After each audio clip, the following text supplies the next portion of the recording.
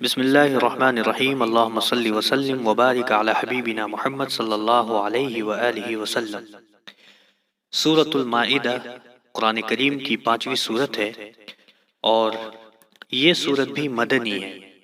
یہاں پر میں مدنی اور مکی کا فرق واضح کرتا چلوں کہ جو سورت ہجرت سے پہلے نازل ہوئی وہ سورت مکی سورت کہلاتی ہے، اور جو سورت ہجرت کے بعد نازل ہوئی وہ مدنی سورت کہلاتی ہے۔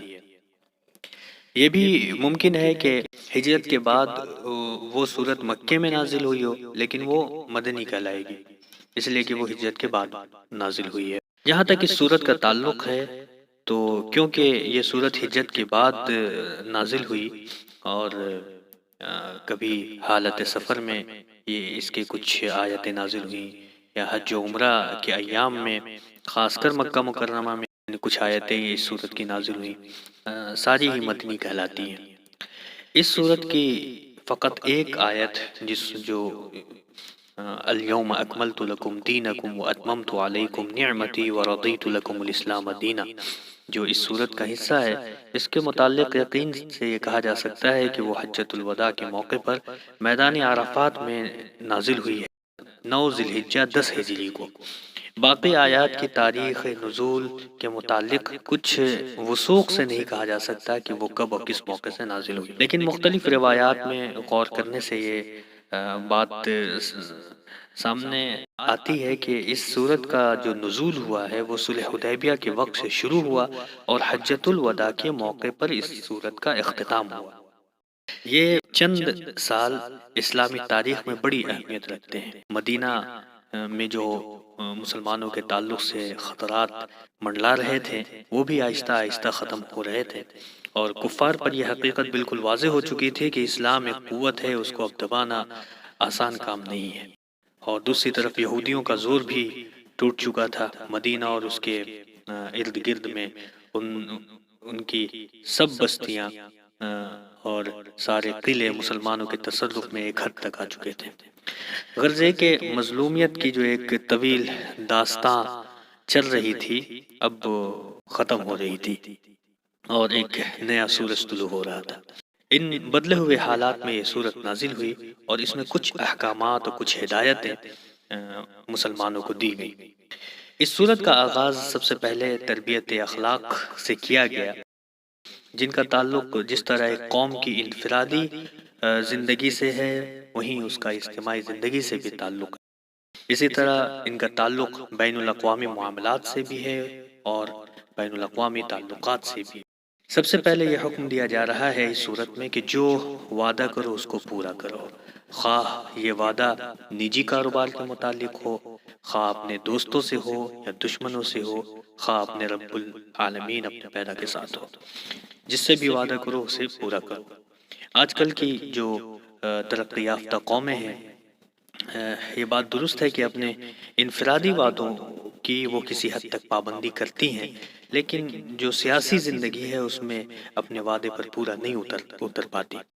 مسلمانوں کا رب اللہ بلکہ پورے عالمین کا رب، وہ انہیں حکم دیتا ہے کہ جو وعدہ کرو اسے پورا کرو، خواہ وہ وعدہ حدیبیہ کے میدان میں دشمنان اسلام سے ہی کیوں نہ ہو رہا ہو۔ اب جب قوت و اقتدار مسلمانوں کے پاس آ رہا تھا تو ان کو صاف صاف اور کئی بار حکم دیا گیا کہ جب قضا کی کرسی پر بیٹھو تو یاد رہے کہ ہر حالت میں عدل اور انصاف کو ہی تمہیں اپنا شعار بنانا ہوگا۔ فریق مقدمہ تمہارا دشمن ہو یا تمہارا دوست ہو، تمہیں کسی بھی حالت میں عدل کا دامن ہاتھ سے نہیں چھوڑنا ہے۔ مزید یہ فرمایا کہ اقوام عالم سے تمہارے تعلقات کی بنیاد جو ہو وہ عدل ہو، وہ معاونت ہو، یعنی کسی بھی ظلم میں تم اس کے شریک کار نہ بنو۔ اس کے بعد پھر حضرت آدم علیہ السلام کے بیٹوں کا بیان کیا کہ حسد بہت بری چیز ہے، اس نے بھائی کو بھائی کا قاتل بنا دیا۔ تم اس مذموم خصلت سے اعتراض کرنا، تم اس مذموم خصلت سے اجتناب کرتے رہنا۔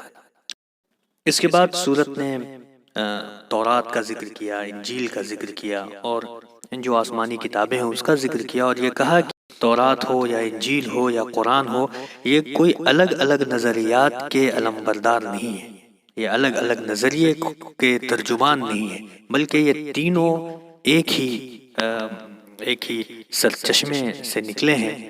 تورات کے متعلق کہا گیا فیہا ھدی و نور، کہ اس میں ہدایت ہے اور نور ہے۔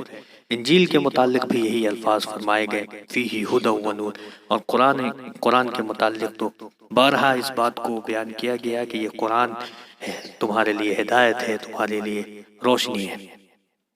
معلوم ہوا کہ سب میں ہدایت ہے، سب میں نور ہے، اور ہر کتاب میں اپنے زمانے کے مطابق شریعت کا ایک نظام تھا اور اخلاقیات کا، معاملات کا ایک واضح ضابطہ موجود تھا، اور ان سب کا جامع اور ان تمام بلند اخلاقی قدروں کا ایک محافظ اور نگہبان قرآن مجید کو بنایا گیا۔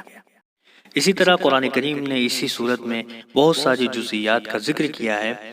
حج کے آداب بتلائیں، اللہ تبارک و تعالیٰ کے شاعر کی تعظیم کا حکم دیا، شراب اور جوا کی قطعی ممانعت کا ذکر کیا، وضو اور تیمم کے احکام نازل کیے، حلال و حرام اشیاء کا ذکر کیا، پرامن راستوں پر ڈاکہ زنی کرنے والوں اور چوری کرنے والوں کے لیے ایک عبرتناک سزا مقرر کی، اور اس کا تفصیلی ذکر اس صورت میں آپ کو ملے گا۔ پھر آخر میں عیسائیوں کا جو عقیدہ تھا، عقیدہ تثلیث، اس کو بھی یہاں پر زیر بحث لایا، اور ان کے جو باطل عقائد تھے ان کی تکذیب اس صورت میں کی گئی ہے۔ تو یہ ایک مختصر سا مضمون تھا جو اس صورت میں بیان کیا گیا ہے۔ جب اس مضمون کو ذہن میں رکھ کر آپ اس صورت کا مطالعہ کریں گے تو بہت ساری چیز خود بخود واضح ہوتی چلی جائیں گی۔ اللہ رب العزت عمل کی توفیق عنایت فرمائے۔ وصلی اللہ تعالی علی خیر خلق محمد وآلہ اجمعین۔ السلام علیکم ورحمۃ اللہ۔